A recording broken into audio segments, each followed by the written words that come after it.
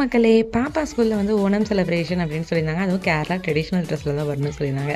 Already இவள்ட்ட இருக்கிற dress எல்லாமே குட்டியாவும், கட்டையாவும் ஆயிட்டு அப்படிங்கிறதுனால, அப்படியே கிளம்பி பர்ச்சேஸ் போட கிளம்பியாச்சு. இங்கே ஓணம் செலிப்ரேஷன்னால 9:00 வரைக்கும் வந்து சேல்ஸ் வந்து ஓப்பன் பண்ணி வச்சிருந்தனால, ரொம்பவே நல்லதா போச்சு. சரின்னு சொல்லிட்டு போயிட்டு ஒவ்வொரு ட்ரெஸ்ஸாக போட்டுருந்தோம். பட் அவளுக்கு ஃபஸ்ட்டு போட்டிருந்த ட்ரெஸ் தான் பிடிச்சிருந்தது. பட் அது ரொம்பவே ஃபிட்டாக இருக்குது அப்படிங்கிறதுனால கொஞ்சமாக கன்வின்ஸ் பண்ணி ஃபைனலாக இந்த சட்டையை நாங்கள் தூக்கிட்டு வந்துட்டோம்.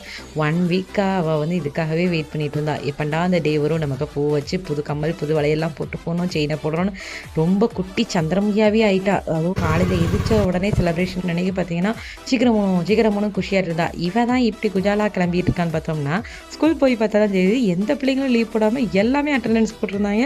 அதுவும் குட்டி பசங்கள்லேருந்து பெரிய பசங்க வரைக்கும் எல்லாம் வேட்டி சட்டையில் இருந்திருந்தாங்க, பொண்ணுங்கள்லாம் பட்டுப்பாடையில் இருந்திருந்தாங்க. மேலே போய் அட்டென்ஷன் அப்படின்னு அவங்க மிஸ்டர் போய் அவங்க மிஸ் வந்து க்யூட்டாக இருக்குன்னு சொன்னே செம்ம ஹாப்பி ஆகிட்டா. எல்லாருக்குமே ஹாப்பி ஓணம்.